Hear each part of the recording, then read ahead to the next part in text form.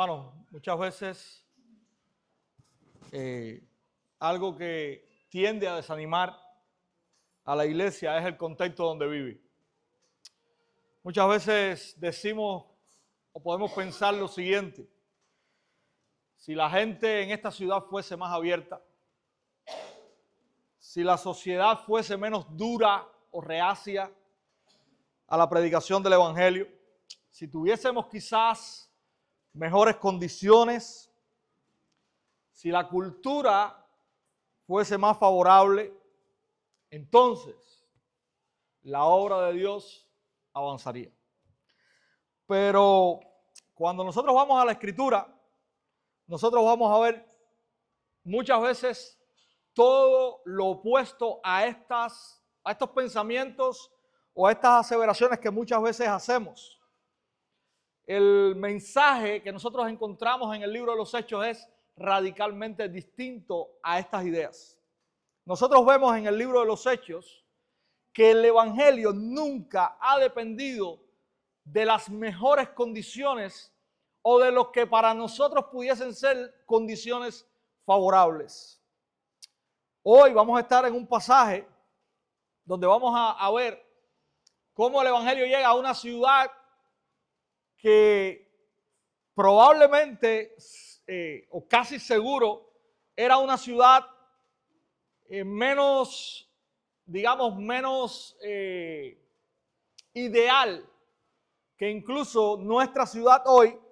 Sin embargo, allí también el evangelio o Dios obró por medio del evangelio y muchas personas conocieron al Señor.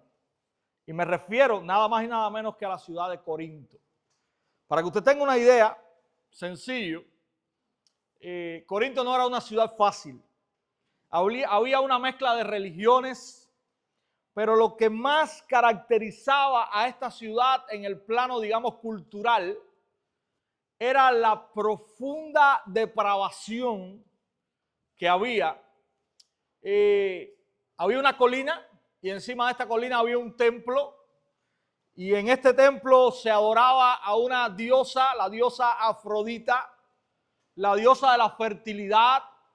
Había nada más y nada menos que en este templo sirviendo, por decirle así, a esta diosa cerca de 1000 prostitutas que se ofrecían como, digamos, ofrenda a esta diosa y se prostituían.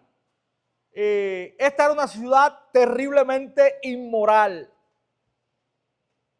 Yo creo que si nosotros pudiésemos de alguna manera en retrospectiva ir a Corinto, nos escandalizaríamos, aún con todo lo que nosotros tenemos a nuestro alrededor, pero nos escandalizaríamos de lo que esta ciudad era o representaba en su contexto. Usar la palabra corintio era sinónimo de algo depravado, de algo inmoral, de algo perverso. Este era un epíteto que nadie quería tener. Nadie quería que se refirieran a él de esta manera. O nadie moral quería que se refirieran a él de esta manera, porque representaba toda la inmoralidad que se vivía en este lugar. Era también una ciudad muy materialista, había mucho comercio, era una ciudad muy importante, tenía un puerto muy importante y había mucho materialismo en esta ciudad. Allí es donde Dios envía a Pablo ahora, y quizás si alguien hubiese dicho en Corintio esta frase: aquí no hay terreno fértil para el evangelio, quizás eso hubiese sonado razonable al ver el contexto de aquella ciudad. Sin embargo, justamente allí Dios hace otra cosa, y eso es lo que vamos a estar viendo en esta mañana. Hermanos, quiero ir a Hechos capítulo 18 y vamos a estar en los primeros 22 versículos del capítulo. Allí vamos a ver cómo Pablo llega a Corinto y todo el ministerio que tuvo allí, que no fue un ministerio pequeño. Vamos a estar mirando este pasaje en esta mañana. Hechos capítulo 18, versículos del 1 al 23. Si usted lo tiene ahí ya, tiene a bien ponerse en pie, vamos a leer la palabra. Dice así: después de esto, Pablo salió de Atenas y fue a Corinto. Allí se encontró con un judío que se llamaba Aquila, natural del Ponto, quien acababa de llegar de Italia con Priscila, su mujer, pues el emperador Claudio había ordenado a todos los judíos que salieran de Roma. Pablo fue a verlos y como él era del mismo oficio, se quedó con ellos y trabajaban juntos, pues el oficio de ellos era hacer tiendas de campaña. Y discutía en la sinagoga todos los días de reposo, tratando de persuadir a judíos y a griegos. Cuando Silas y Timoteo llegaron de Macedonia, Pablo comenzó a dedicarse por completo a la predicación de la palabra, testificando solemnemente a los judíos que Jesús era el Cristo. Pero cuando los judíos se le opusieron y blasfemaron, él sacudió sus ropas y les dijo: su sangre sea sobre sus cabezas. Yo soy limpio, desde ahora me iré a los gentiles. Partiendo de allí, se fue a la casa de un hombre llamado Ticio Justo, que adoraba a Dios, cuya casa estaba junto a la sinagoga. Crispo, el oficial de la sinagoga, creyó en el Señor con toda su casa. También muchos de los corintios, al oír, creían y eran bautizados. Por medio de una visión durante la noche, el Señor dijo a Pablo: no temas, sigue hablando y no calles, porque yo estoy contigo y nadie te atacará para hacerte daño, porque yo tengo mucha gente en esta ciudad. Entonces Pablo se quedó allí 1 año y 6 meses, enseñando la palabra de Dios entre ellos. Pero siendo Galión procónsul de Acaya, los judíos se levantaron a una contra Pablo y lo trajeron ante el tribunal. Este persuade a los hombres que adoren a Dios en forma contraria a la ley, dijeron ellos. Cuando Pablo iba a hablar, Galión dijo a los judíos: si fuera cuestión de una injusticia o de un crimen depravado, oh judíos, yo les toleraría, como sería razonable. Pero si son cuestiones de palabras y nombres y de su propia ley, allá ustedes, yo no estoy dispuesto a ser juez de estas cosas. Y los echó del tribunal. Entonces todos ellos agarraron a Sóstenes, el oficial de la sinagoga, y lo golpeaban frente al tribunal, pero Galión no hacía caso de nada de esto. Pablo, después de quedarse muchos días más, se despidió de los hermanos y se embarcó hacia Siria, y con él iban Priscila y Aquila. Y en Cencrea se hizo cortar el cabello porque tenía hecho voto. Llegaron a Éfeso y dejó allí a Priscila y Aquila. Y entrando Pablo a la sinagoga, discutía con los judíos. Cuando le rogaron que se quedara más tiempo, no consintió, sino que se despidió de ellos diciendo: volveré a ustedes otra vez, si Dios quiere. Y embarcándose, se fue de Éfeso. Al llegar a Cesarea, subió a Jerusalén para saludar a la iglesia y luego descendió a Antioquía. Padre, agradecidos a ti estamos por tener tu palabra esta mañana. También rogándote, Señor, que tú puedas hablar a nosotros por medio de ella. Recordando, Señor, nuestra necesidad de ser alimentados, Señor. Oh Dios, sabemos que ella es útil, sabemos que ella es suficiente. Así que te rogamos, Señor, que en esta mañana, oh Dios, tú permitas que seamos fieles a lo que verdaderamente tú has querido hablar a tu pueblo por medio de tu palabra. Que tú te muestres, que muestres, Señor, a tu Hijo, que muestres el Evangelio por medio de ella. Y que, Señor, nosotros seamos humildes, que estemos, Señor, dispuestos a recibirla con gozo, con humildad y también con la convicción de aplicarla, de ponerla en práctica, de vivirla, pues eso te da gloria y honra a ti. Oramos todas estas cosas en el nombre de Cristo. Amén. Hermanos, si hay una verdad que podemos ver en este pasaje, es la siguiente: Cristo salva a su pueblo y sostiene a sus siervos en la misión. Cristo salva a su pueblo y sostiene a sus siervos en la misión. Y versos del 1 al 9, queremos comenzar esta primera parte de este pasaje viendo todo el relato del ministerio de Pablo en Corinto. Esta es la sesión más larga que tenemos en este pasaje. Pablo llega desde Atenas a la ciudad de Corinto y se encuentra allí con Aquila y Priscila. Ellos son judíos que han sido expulsados por decreto de Claudio, el emperador. Esto ocurrió aproximadamente alrededor del año 51. Y mis hermanos, queremos ver dos cosas interesantes allí, comenzando este pasaje en estos primeros versículos allí.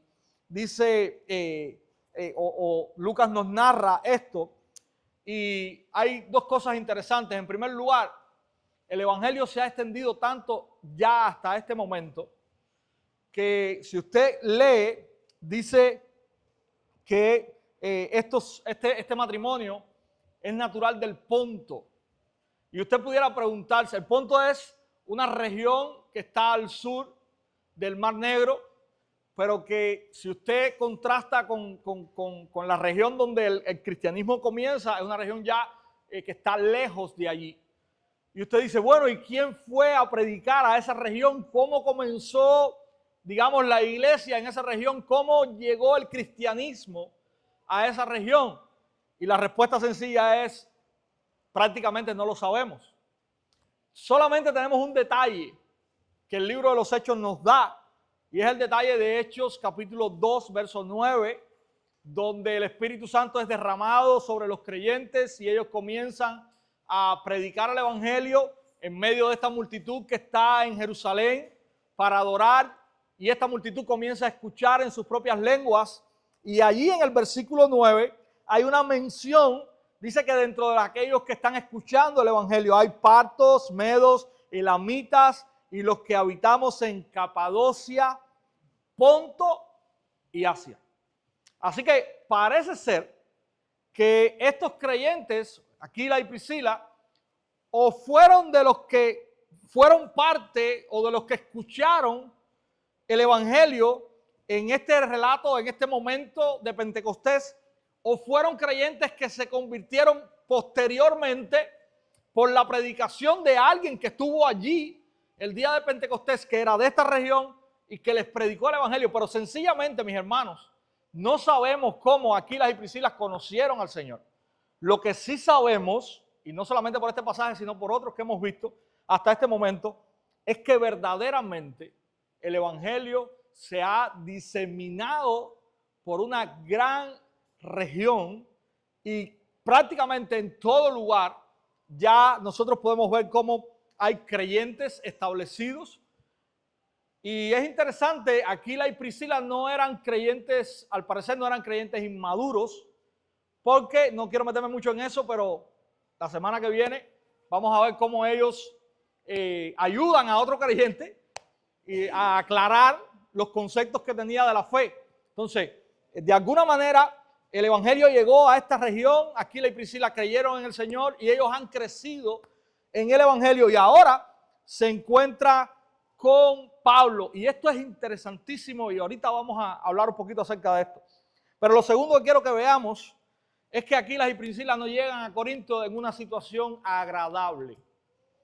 Ellos no deciden mudarse a Corinto porque ellos eran comerciantes prósperos y veían en Corinto un lugar para hacer crecer o florecer su negocio. Hermanos, ellos fueron sacados de su lugar. Básicamente estamos viendo aquí ahora, y no de la misma manera, no bajo lo mismo, digamos, que sucedió en Hechos 8, aunque tiene cosas similares. Pero hermanos, estos hermanos fueron deportados, para usar frases que ahora están en nuestra mente y escuchamos todos los días. Ellos fueron literalmente deportados. Claudio era el emperador romano en este tiempo, y él expulsó a los judíos de las regiones romanas. No los quería, sobre todo de Roma, no los quería allí. Y esta gente llegaron a Corinto, no sabemos cómo, pero llegaron a Corinto, lugar que no era su casa. Y no podemos tener tampoco, o no podemos perder de vista esto. Mis hermanos, cuando yo leo esto, yo quiero que nosotros podamos reflexionar en algo que a veces nosotros no tenemos claro. Y es lo siguiente. Nosotros entendemos como cristianos que todo lo que sucede en nuestra vida puede ser usado por Dios para el bien de su obra. Quizás Aquila y Priscila humanamente no estaban cómodos en aquel lugar. Ellos no eran de allí. Ellos llegaron allí no en un viaje de placer. Ellos llegaron allí porque perdieron el derecho de estar en su lugar. Sin embargo, Dios va a usar, bajo esas circunstancias difíciles y dolorosas, a Aquila y a Priscila para muchas cosas. No voy a meterme ahí ahora. Para muchas cosas. Pero yo creo que una de las cosas en este pasaje para los cuales Aquila y Priscila sirven, no es solamente para estar con Pablo y ser parte de aquellos que llevan el evangelio en Corinto, sino que Dios los tiene allí también para hacer de bien al corazón de Pablo. Y ahorita vamos a llegar allí. Entonces, pensemos en eso. A veces nosotros nos amargamos. Es que yo quería esto y ahora lo que Dios me dio fue esto. Pero ¿cómo la mente de nosotros como creyentes puede cambiar cuando pensamos y decimos, bueno, yo quería esto, pero lo que tengo es esto, pero en esto que tengo ahora, que no es lo que yo quería, ¿cómo yo puedo ser de bien para la obra de Dios aquí? Yo creo que esa debe ser nuestra actitud, ese debe ser nuestro pensamiento y esa debe ser nuestra pregunta. Porque lo que más fácil nosotros hacemos y la disposición rápida de nuestro corazón es a amargarnos, es a rechazar lo que nos ha tocado. Y lo voy a decir claro ahora. Algunos dicen, ¿y por qué yo tengo que quedarme en Cuba? Si mira cuántos se han ido y mi expectativa y mi esperanza era irme de Cuba. Bueno, quizás la pregunta sea, ¿cómo yo puedo ser de bendición y de provecho y de bien para la obra de Dios en Cuba? ¿No te gusta esa pregunta? Lo siento. Yo pregunto, ¿y si todos los cristianos nos vamos de Cuba?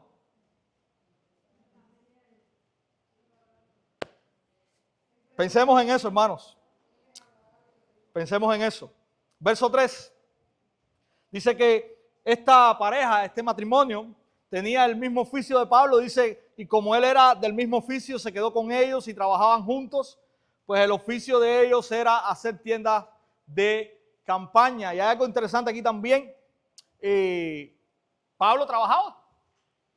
Dice que él hacía tiendas y en la cultura grecorromana en la cual él estaba, el trabajo manual muchas veces era despreciado. No eran gente de élite, no eran gente culta, quizás, o se entendía de esta manera. Pero Pablo lo asume y lo asume de una manera gozosa. Y nosotros podemos entender las razones, porque Pablo nos las dice después. Por ejemplo, en 1 Corintios 9, versículo 12, él dice que él no había sido estorbo o carga para ellos. Y Pablo dice que la razón era para no poner ningún obstáculo al evangelio. Dice ahí en 2 Corintios capítulo 11, verso 9, dice de nuevo, o repite la idea, dice que él no quiso ser carga para los corintios. Entonces, Pablo ocupó un trabajo o hacía un trabajo, se sostenía él mismo en este momento, pero eso no lo limitaba a hacer lo que Dios lo había llamado a hacer. Y hago este paréntesis porque nosotros en nuestra cultura, por ejemplo en los Estados Unidos no es tan así, pero en nuestra cultura en Cuba y sobre todo en algunas regiones de Cuba está más acentuado que en otras. Muchas veces que los que sirven a Dios o los pastores o los misioneros que trabajen es mal visto. Tenemos amistades que con necesidad y con posibilidad de trabajar en ciertas cosas no lo pueden hacer porque son mal vistos. Son mal vistos por la iglesia y son mal vistos por la sociedad también. Sin embargo, nosotros vemos que no hay ningún tipo de pecado en eso. De hecho, es loable que la persona sea siervo de Dios en el área que sea, como los otros siervos de Dios que quizás no tengan un ministerio, digamos, no quiero usar la frase a tiempo completo porque eso es algo que es parte de nuestra cultura y está mal también, porque todos somos siervos de Dios a tiempo completo. pero que aquellos siervos que están, digamos, en un servicio más directo a la iglesia, trabajen. Hermanos, nosotros también somos responsables de traer un plato de comida a nuestra casa. De hecho, el propio apóstol Pablo dice en 1 Timoteo 5:8 que el que no provee para los suyos ha negado la fe y es peor que un incrédulo. Entonces, nosotros tenemos que entender que el trabajo no es pecado. El trabajo es una bendición que Dios nos ha dado, sí. No es ni pecado ni una maldición. Es una bendición que Dios nos ha dado. Dios nos ha dado fuerzas, nos ha dado quizás talentos o habilidades en ciertas áreas para que nosotros podamos con nuestras manos sostenernos. Por su gracia, por su misericordia, pero también con el esfuerzo que Él nos ha permitido hacer. Y Pablo lo estaba haciendo y Aquila y Priscila lo estaban haciendo. Y no hay ningún tipo de problema en eso. Nosotros no somos o no dejamos de ser siervos de Dios porque dediquemos parte de nuestro tiempo con el esfuerzo de nuestro trabajo a sostener a nuestras familias, porque eso es a lo que Dios nos ha llamado. Y no podemos ver eso como algo malo, como algo detestable, como algo para juzgar, porque eso ese juicio iría en contra de lo que la Biblia establece. Entonces Pablo nos da ejemplo acerca de esto. Él no dejó de ser espiritual, no dejó de ser el apóstol Pablo. Él siguió siendo quien era, él siguió sirviendo al Señor, él siguió predicando el evangelio. Y aquellos siervos de Dios que trabajan también lo siguen haciendo. Entonces tenemos que aprender acerca de esto. El verso del 4 al 6, él llega a la sinagoga como de costumbre y vuelve Lucas a repetirnos la manera en que Pablo, o la forma que Pablo llevaba adelante para predicar el evangelio cada vez que llegaba a un lugar. Dice allí, discutía en la sinagoga todos los días de reposo, tratando de persuadir a judíos y a griegos. Dice después que cuando Silas y Timoteo llegaron a Macedonia, Pablo comenzó a dedicarse por completo a la predicación de la palabra, testificando solemnemente a los judíos que Jesús era el Cristo. Hermanos, Pablo va a la sinagoga, comienza a discutir, comienza a persuadir a los judíos que estaban allí. Él toma la sinagoga porque es el lugar donde hay una base, digámoslo así, bíblica. Es el lugar donde hay personas que tienen un entendimiento del Antiguo Testamento. Y él comienza desde el Antiguo Testamento a persuadirlos, a discutir, a generar debate para que se pueda entender qué cosa. Bueno, como dice Lucas ahí, que Jesús era el Cristo. Ese es el objetivo de Pablo, que los judíos puedan entender que este Cristo, este Mesías que está anunciado en el Antiguo Testamento, es este Jesús que vivió, que murió y que resucitó. Hermanos, y está Pablo allí enrolado en la predicación del Evangelio, anunciando a Jesús, y ¡boom! Nuevamente, ¿qué sucede? Versículo 6. Pero cuando los judíos se le opusieron y blasfemaron, él sacudió sus ropas y les dijo: su sangre sea sobre sus cabezas, yo soy limpio, desde ahora miré a los gentiles. Vuelve Lucas a narrarnos que en medio de la predicación del evangelio hay oposición. Dice que hay judíos que se levantaron, pero no se levantaron de una manera sana, sino dice que se los opusieron y blasfemaron. Con blasfemias se opusieron a la predicación de Pablo. ¿Cuál es la respuesta de Pablo aquí? Interesantísima. Interesantísima.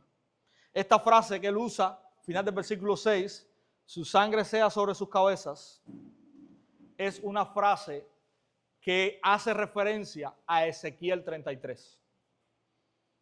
En Ezequiel 33 hay una narrativa de un atalaya, de un centinela. Y este centinela tenía una misión dada por Dios.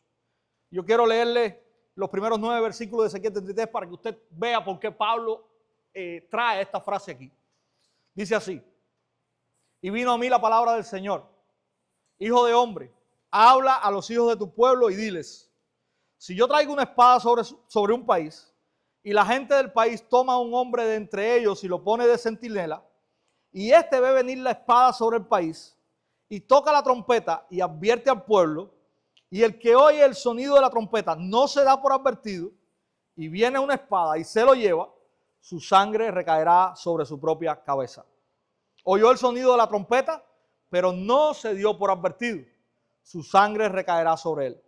Pero si hubiera hecho caso, habría salvado su vida. Pero si el centinela ve venir la espada y no toca la trompeta, y el pueblo no es advertido, y una espada viene y se lleva a uno de entre ellos, él será llevado por su iniquidad.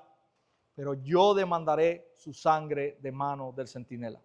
Y a ti, hijo de hombre, te he puesto por centinela de la casa de Israel. Oirás, pues, la palabra de mi boca y les advertirás de mi parte. Cuando yo diga al impío, impío, ciertamente morirás.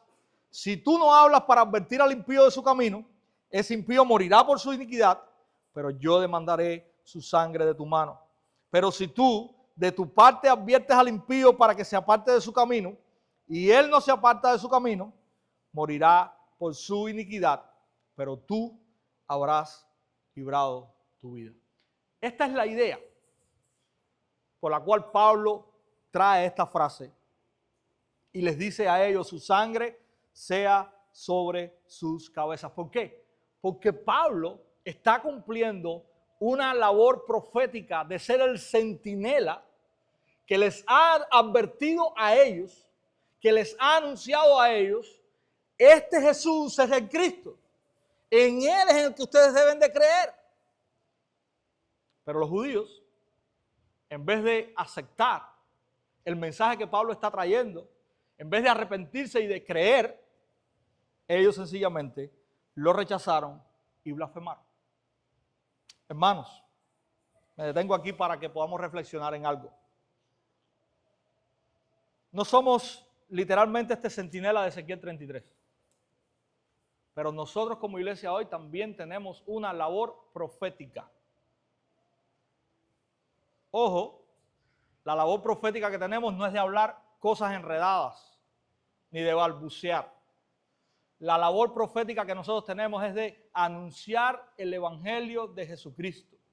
Es de decirle también al impío: impío, ciertamente morirás si no te arrepientes y crees. Esa es nuestra labor profética. Cuando entendemos eso, mi pregunta es: ¿nosotros entendemos la urgencia y la importancia de esa labor que nosotros tenemos? Hermanos,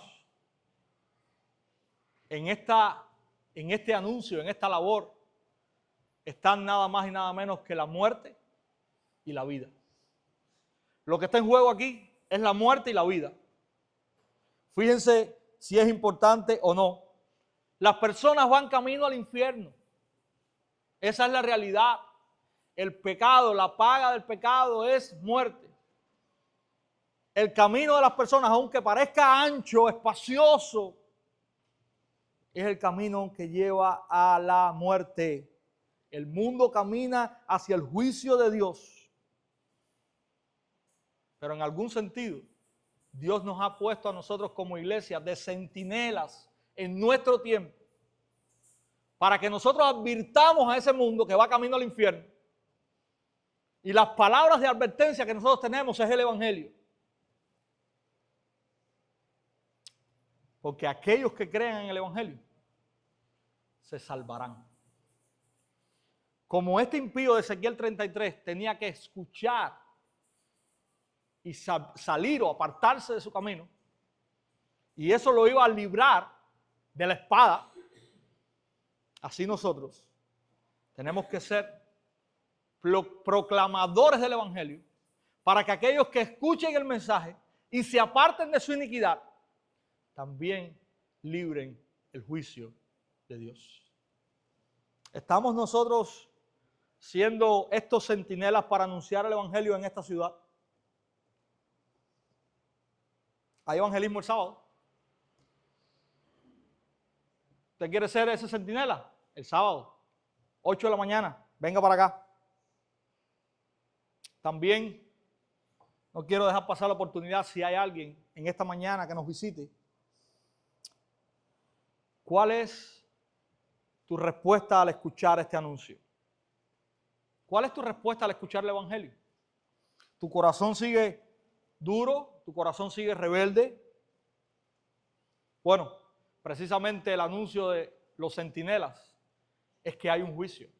Es que hay un juicio severo, terrible, y que si tu vida sigue decidida a rechazar a Dios, enfrentarás ese juicio. ¿Tu corazón en esta mañana es sensible para escuchar eso? ¿Tu corazón esta mañana es sensible para escuchar esto y reconocer de todo corazón que has desobedecido a Dios? Que esa desobediencia a Dios se describe en la Biblia como pecado y que el pecado conduce a la muerte. Tu corazón es sensible en esta mañana para escuchar que este Jesús que Pablo está predicando es el Jesús que vino, enviado por Dios, es el Hijo de Dios, que vino, que murió, que resucitó para salvarte de tus pecados. ¿Eres sensible a eso? ¿Cuál debe ser entonces tu respuesta? Arrepiéntete delante de Dios, pide perdón por tus pecados y cree en que Cristo, el Hijo de Dios, pagó completamente por tus pecados. Entonces serás salvo. ¿Cómo lo puedo hacer? Ahora mismo, en el lugar donde estás, habla con Dios y solamente tienes que decirle: Señor, yo me arrepiento de mis pecados, con tus palabras, como lo quieras decir, y yo creo en Cristo como mi Señor y Salvador. Y allí puedes tener la certeza de que hoy eres salvo. Si tu corazón es sensible a esto, no lo dejes para ahorita, no lo dejes para mañana, ahora mismo. Habla con Dios y dile estas cosas. ¿Y qué después de esto? Bueno, no te vayas sin también acercarte a uno de los que estamos aquí y contárselo, porque estoy seguro que también cualquiera de nosotros estaría muy contento con eso.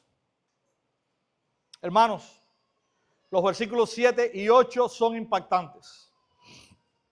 Vamos a salir de la oposición y vamos a entrar ahora a ver la obra poderosa del Evangelio.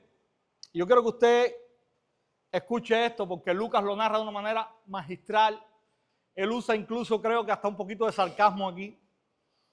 Él dice lo siguiente: partiendo de allí se fue a la casa de un hombre llamado Ticio Justo, que adoraba a Dios, y Lucas no quiere pasar por alto lo siguiente, cuya casa estaba, ¿dónde? Al lado de la sinagoga. Él entra aquí está la sinagoga, está predicando, los judíos comienzan a oponerse, a blasfemar. Él sale de allí y se va para esta casa que está al lado. Ahí hay alguien que es un creyente, que lo recibe, y él comienza a hacer ahora su ministerio al lado de la sinagoga. Pero no solamente eso, no solamente eso. Miren qué más dice. Crispo, el oficial de la sinagoga, creyó en el Señor con toda su casa. ¿Qué era un oficial de la sinagoga? Bueno, este era el hombre que administraba todo lo que en la sinagoga se hacía. Este era el hombre que decía quién iba a tener la lectura de la Biblia, todo lo que se hacía en la sinagoga, él era quien lo administraba. Era un hombre muy importante dentro de los judíos que adoraban al Señor allí. Y dice Lucas que este hombre creyó en el Señor con toda su casa. Yo creo que Lucas lo pone aquí para que nosotros entendamos, hermanos, que la oposición realmente no representa nada. Porque Dios tiene el poder por medio del Evangelio de salvar a cualquiera. Hubo oposición en la sinagoga, salva al líder. No te dejan predicar en la sinagoga, te ponen en la casa de al lado con una persona que es creyente, que te abre las puertas para que hagas tu ministerio ahí. Entonces, de alguna manera, Lucas nos está contrastando la oposición con cómo Dios abre las puertas para que el evangelio venza esa oposición. Y yo creo, mis hermanos, que tenemos que aprender muchísimas cosas aquí. En primer lugar, en una ciudad conocida por la inmoralidad que tiene, Dios está formando una iglesia. Porque no solamente aquí Lucas nos está hablando del principal de la sinagoga, nos está hablando de aquella persona que estaba al lado y abrió su casa. Miren cómo termina el versículo 8. También muchos de los corintios, al oír, creían y eran bautizados. Dios está formando una iglesia en medio de una ciudad inmoral. Y esto me lleva a que podamos preguntarnos algo. ¿Acaso hay algún lugar imposible para que Dios obre por medio del evangelio? No lo hay. No lo hay. ¿Crees que tu barrio es difícil? Mira Corintio. ¿Crees que tu familia es difícil? Mira Corintio. ¿Crees que tu jefe es difícil? ¿O tus compañeros de trabajo? Mira Corintio. Jóvenes, ¿crees que tus compañeros de aula son difíciles? Mira Corintio. Padres, ¿crees que tus hijos son difíciles? Mira Corintio. Siempre miremos, porque Dios aún en los medios más hostiles y difíciles hace avanzar su evangelio. Nada puede resistirse, mis hermanos, al evangelio. Satanás ha intentado, pero nunca ha podido. Así que nada puede resistirse al evangelio. Los versículos 9 y 10 también son versículos importantes, mis hermanos. Aquí hay algo interesante. Dice que Pablo, por medio de una visión durante la noche, el Señor le habló y le dijo: no temas, sigue hablando y no calles, porque yo estoy contigo y nadie te atacará para hacerte daño, porque yo tengo mucha gente en esta ciudad. ¿Qué pasa con Pablo?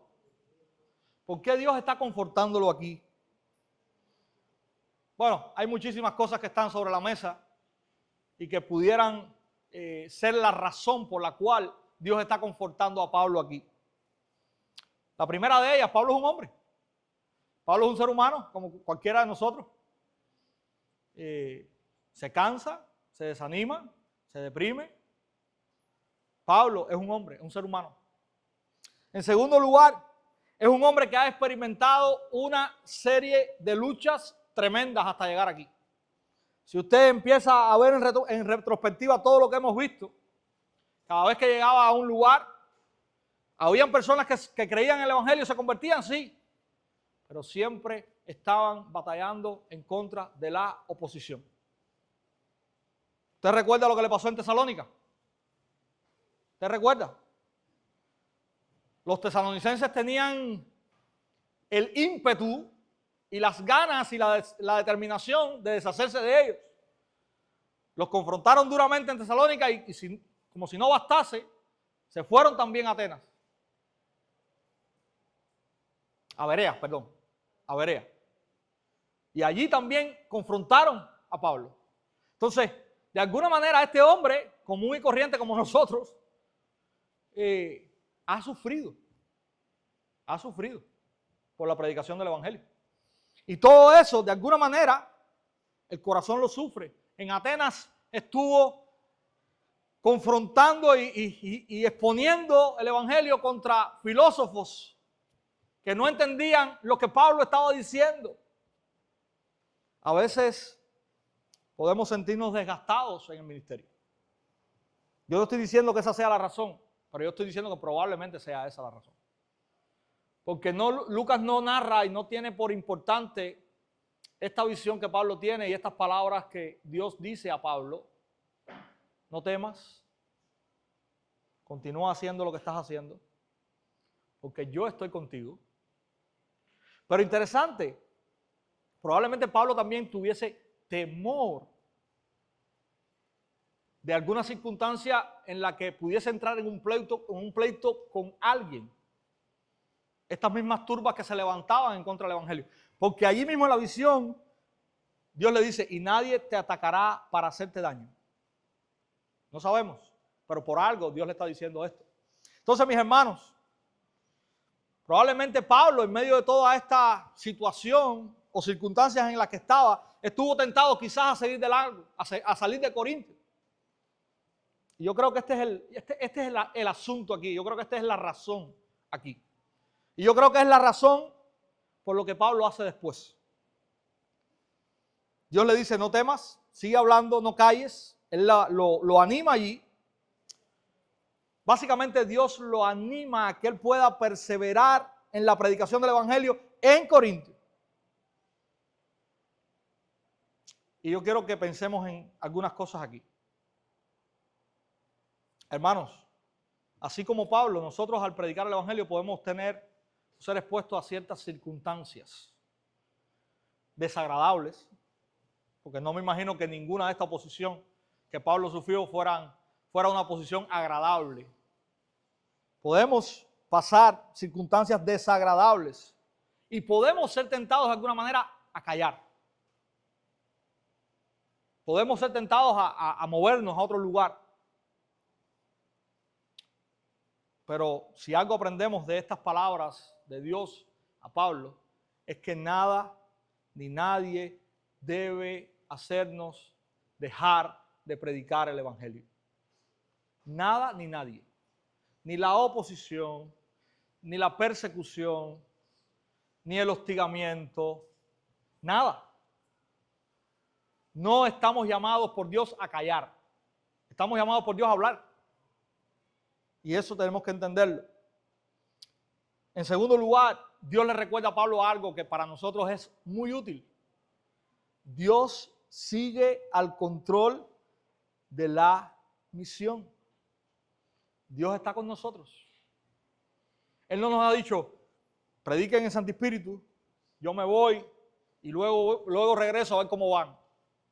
No, Él está con nosotros. Él le está diciendo a Pablo, yo estoy contigo, Pablo. Y ahorita les dije que yo creo que una de las cosas por las cuales Aquila y Priscila estaban allí en Corinto era para hacerle bien a Pablo. Yo creo que Pablo necesitaba en este momento el apoyo de estas personas. Pero Dios le está recordando que no solamente tienen un apoyo humano, sino que Él mismo está con ellos. Él no se ha ido. Y mis hermanos, cuando cada uno de nosotros hablamos el evangelio, aun cuando estemos solos, nadie más esté con nosotros, tenemos que recordar que Dios está con nosotros. Él no se ha ido, Él no nos ha dejado. Él está a nuestro lado. Cuando somos abuchados, cuando somos ofendidos, cuando la gente nos cierra la puerta, cuando nos rechazan, Dios sigue ahí. Dios sigue con nosotros. Y eso es suficiente ánimo para continuar. Y eso es lo que Dios le está diciendo a Pablo. Hermanos, no sabemos cuánta gente Dios tiene en Santo Espíritu. Él le dice a Pablo, yo tengo mucha gente aquí todavía. No sabemos cuánta gente Dios tiene en Santo Espíritu. Pero lo que sí sabemos es que Dios nos ha mandado a predicar el evangelio aquí. Además, no es menester nuestro conocer cuánta gente Dios tiene aquí. Es menester nuestro ser fiel a Dios en lo que Él nos ha mandado. Así que no callemos, sigamos predicando el evangelio.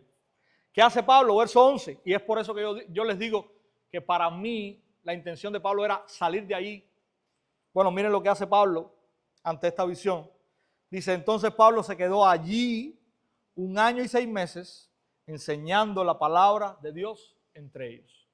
Pablo, después de ser fortalecido o animado en esta visión, dice que hizo o estableció un ministerio allí, no de unos días, sino que estuvo por espacio de 1 año y medio predicando y enseñando la palabra de Dios entre ellos. Eso era lo que Dios quería para Pablo. Y es interesantísimo. Está en contraste con lo que Pablo hace después, ¿verdad? Pero hermanos, quiero que podamos ver, ya estos 2 puntos finales son breves. En segundo lugar, la misión sigue sufriendo oposición. Versos del 12 al 16, usted va a ver una historia tremenda ahí. Esta turba va y llevan a estos creyentes delante del procónsul de la ciudad, tratan de incriminarlos, pero el procónsul le dice, no, esto no tiene nada que ver con un crimen, esto tiene que ver con cosas de ustedes, resuélvanlo como puedan, aquí yo no los quiero, y los expulsan de allí. Pero esta gente estaban determinadas a que Pablo pudiese ser juzgado. Fíjense que dicen que salen del tribunal y frente al procónsul le caen a golpes al que estaba en la sinagoga. Ellos están buscando insaciablemente una justificación para que la fe en el Señor fuese incriminada. Pero ¿saben qué? Dios usa aún a este procónsul incrédulo para que no tome manos contra Pablo. Y de hecho, Dios le había dicho, no temas, porque nadie te atacará para hacerte daño. Yo creo que aquí está la respuesta también de estas palabras de Dios. Dios está guardando a Pablo y a los demás para que ellos puedan ser instrumentos útiles de ellos en Corintio. Y nada ni nadie va a entorpecer eso. Como les decía, Dios usa a este hombre para ser instrumento para proteger a sus siervos allí. Mis hermanos, la oposición al evangelio siempre usted la va a ver. Y es un tema de hecho. Yo no voy a hacer un tema aquí ahora de esto, pero yo quiero que podamos tener claridad en algunas cosas. Muchas veces Dios puede usar hasta autoridades paganas para proteger el evangelio y para cumplir sus propósitos. Aún instituciones, personas paganas. Lo hizo en el pasado, lo hizo aquí y lo va a hacer siempre. Cuando Dios lo determine, Él usa a quien quiera. Porque la gente, quiera o no, Dios es su dueño. Y nada puede resistirse ante Él. Entonces, esa es una de las cosas que podemos entender o tenemos que entender.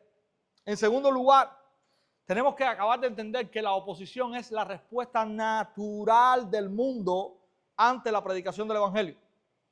¿Por qué nos sorprendemos? ¿Por qué nos sorprendemos cuando la gente nos cierra la puerta? ¿Por qué nos sorprendemos cuando la gente nos responde ofensivamente? ¿Por qué nos sorprendemos? Esa es la respuesta natural del mundo ante el evangelio, ¿verdad? Entonces no debemos sorprendernos, así va a ser hoy, así fue en el pasado y así será hasta que Cristo regrese.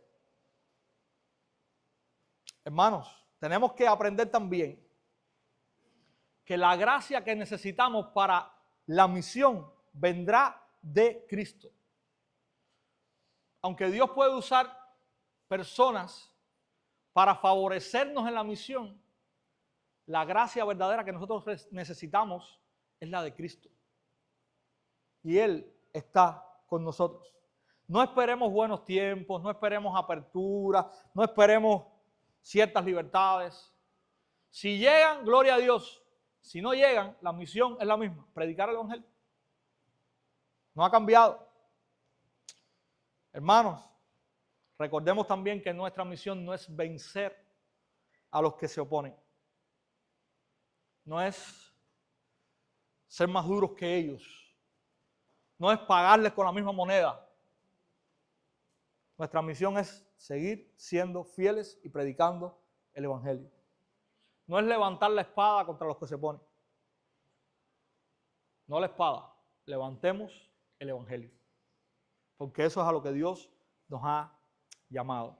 Y en tercer lugar, mis hermanos, versos 18 al 22, vemos cómo Cristo sigue dirigiendo la misión. Pablo está en Cencrea, ya él está en el puerto, está esperando el barco, él se va después de año y medio, más todo el otro tiempo que estuvo en Corinto. Se menciona ahí que Pablo está cumpliendo un voto. No sabemos a qué se refiere ese voto. No sabemos si es un voto nazareo o es un voto personal de él.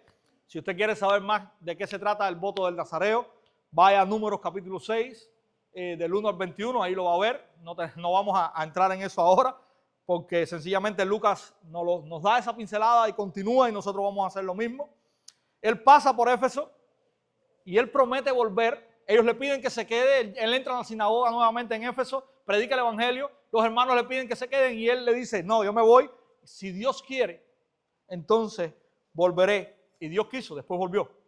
Lo vamos a ver después. Pero como, mis hermanos, aquí nosotros vemos cómo la misión sigue siendo guiada por Dios. Como mismo lo fue desde que salieron de Tesalónica, que oraron y ayunaron, y el Espíritu Santo fue quien dirigió todo el camino de ellos. Ha sido, Dios no le permitió entrar aquí, fueron aquí. Vieron una visión que los llamaba para acá y fueron aquí. Ahora, quizás Pablo tenía el deseo de irse de Corinto. Dios le dice, no temas, sigue aquí, yo tengo mucha gente. Quédate aquí, bueno, si Dios quiere volveré, ahora no me voy a quedar. De alguna manera vemos cómo el libro de los Hechos también nos resume que la misión también debe ser guiada por Dios. Y eso es algo que tenemos que aprender. Dios no solamente nos da la misión, sino que Él debe guiarnos en la misión. Estamos nosotros orando fervientemente para que Dios nos guíe a qué lugar, a qué persona. Y eso no quiere decir que ahora yo tengo que esperar cómodamente a que Dios me diga vete aquí o háblale a Él. No, yo tengo que hablarle a las personas. Porque sí tenemos algo claro, Dios quiere que le hablemos a todas las personas. Pero tampoco yo puedo dejar de pensar que Dios no pueda particularmente guiarme a cierto lugar o a ciertas personas en un momento dado. Yo estoy buscando la guía de Dios mientras hago la misión. Debemos pensar también en eso. Mis hermanos, el versículo 22 cierra lo que nosotros conocemos como el segundo viaje misionero de Pablo. Dice que al llegar a Cesarea, subió a Jerusalén para saludar a la iglesia y luego descendió, ¿dónde? Antioquía. ¿Qué es Antioquía? La iglesia que los envió, ¿verdad? Este es el final del segundo viaje misionero. El primero, vemos cómo salen en Hechos 13 de Antioquía y recorren varias ciudades para visitar a los hermanos. Termina la narración del primer viaje misionero en Hechos capítulo 14, verso 28. Hechos 15 tenemos lo que se conoce como el Concilio de Jerusalén. Acto seguido, Hechos 15, 36, hasta este pasaje, capítulo 18, verso 22, está la narración del segundo viaje misionero. Perdón, en Hechos 15, 36 es donde ellos salen para visitar a algunos hermanos de algunas iglesias de la región. Y el tercer viaje misionero lo vamos a ver a partir del versículo 23 la semana próxima y vamos a estarlo viendo hasta Hechos capítulo 21, verso 17, que registra este tercer viaje misionero de Pablo. ¿Qué aprendemos, mis hermanos, en esta mañana, en este pasaje? La esperanza de la iglesia no está en el contexto, en la cultura, en la aceptación social. La esperanza de la iglesia está en que Cristo acompaña a su iglesia en la misión. Y es por eso que la iglesia puede seguir predicando, porque Cristo está con ellos. No estamos solos y somos consolados con la presencia del Señor ante la oposición segura que viene o vendrá o está allá. Y también nos recuerda que necesitamos la guía de Dios para la misión. Termino recordándoles la verdad de este pasaje. Cristo salva a su pueblo y sostiene a sus siervos en la misión. Cristo salva a su pueblo y sostiene a sus siervos en la misión. Que Él bendiga su palabra esta mañana, que pueda ser provechosa para nosotros.